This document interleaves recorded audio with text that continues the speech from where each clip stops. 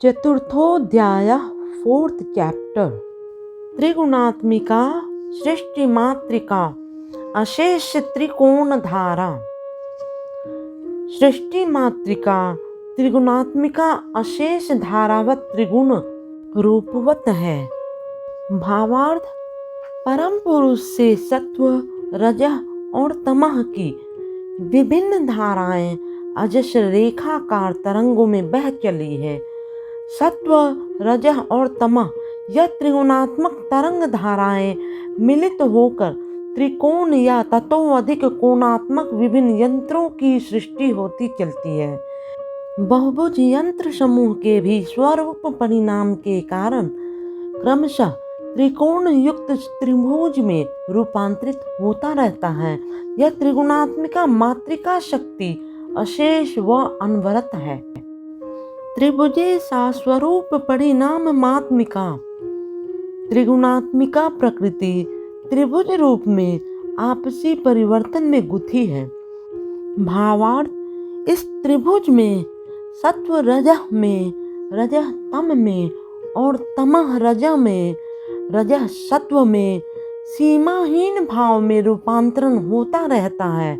उनके इस रूपांतरण को स्वरूप परिमाण कहा जाता है। प्रथमा अव्यक्ते सा शिवानी केंद्रे च परम शिवा। प्रथम स्तर में प्रकृति शिवानी एवं केंद्र में पुरुषोत्तम कहलाते हैं। भावार्थ, इस त्रिभुज समूह का मध्य बिंदु समूह जिस सूत्र से ग्रथित है वह सूत्र ही पुरुषोत्तम या परम शिव है। यह त्रिभुज जब तक शक्ति रुद्र भिन्नता के कारण भारसाम्य नहीं खो बैठता है तब तक उसको त्रिकोणाधार की प्रथमावस्था कह सकते हैं। यह प्रथमावस्था प्राक सृष्टि की अवस्था है, अतः यह संपूर्णतः सैद्धांतिक अवस्था है। इस अवस्था की आधार सृष्टि प्रकृति शिवानी या कौशिकी शक्ति के नाम से ख्यात है और उसके साक्षी पुरुष शिव के नाम से आख्यात है। द्वितीय सकले प्रथमोद्गमे भैरवी भैरवा श्रिता।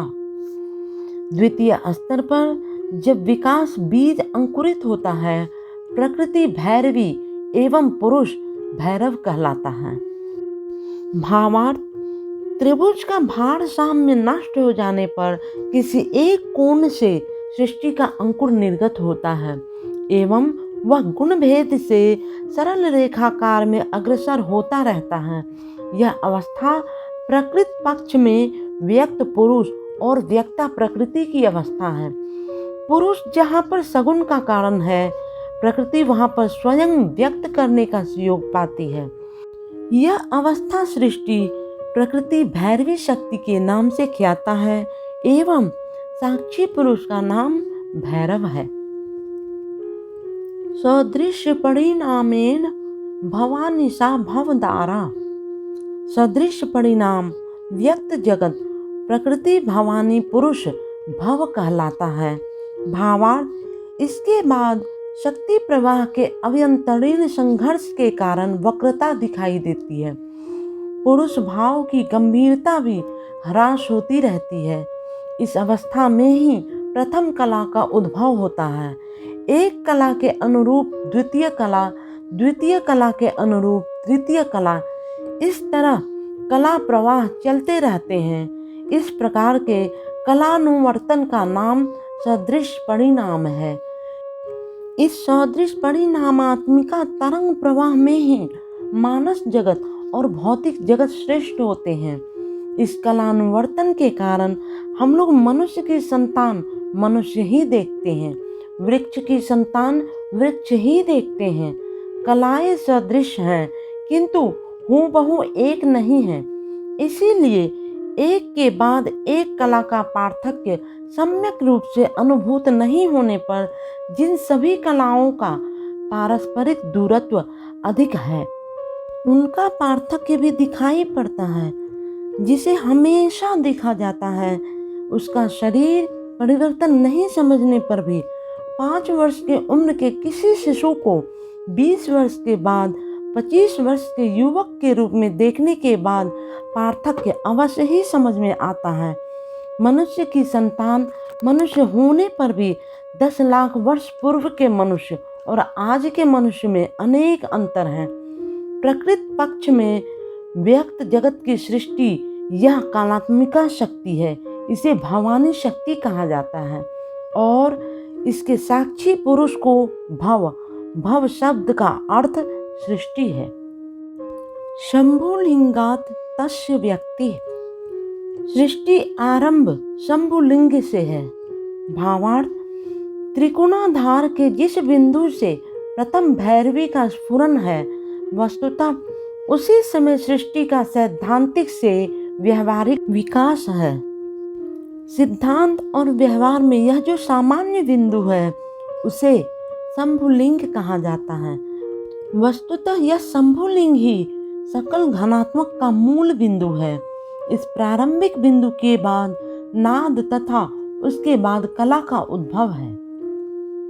स्थूली भवने निद्रिता सा कुंडलिनी, जड़ भाव में निद्रिता पराशक्ति ही कुल कुंडलिनी है। भावार्थ, व्यक्तिकरण की शेष बिंदु भवानी शक्ति का शेष प्रांत है।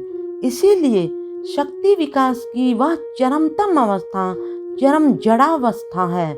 इस जड़ भाव में निद्रिता पराशक्ति जीव भाव की आख्या लिए हुए सुषुप्तावस्था में रहती है।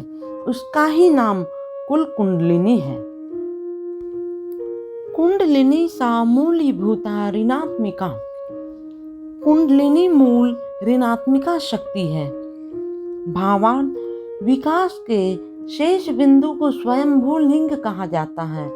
यह स्वयंभू लिंग ही परम ऋणात्मक बिंदु है और तदाश्रिता कुंडलाकारा जो प्रसुप्त शक्ति है वह कुंडलिनी शक्ति है। स्वयंभू लिंग यदि परम घनात्मक भाव हो तो स्वयंभू लिंग में आश्रिता कुंडलिनी को परम ऋणात्मिका शक्ति कह सकते हैं। श्री श्री आनंद मूर्ति जी परम पिता बाबा की जय।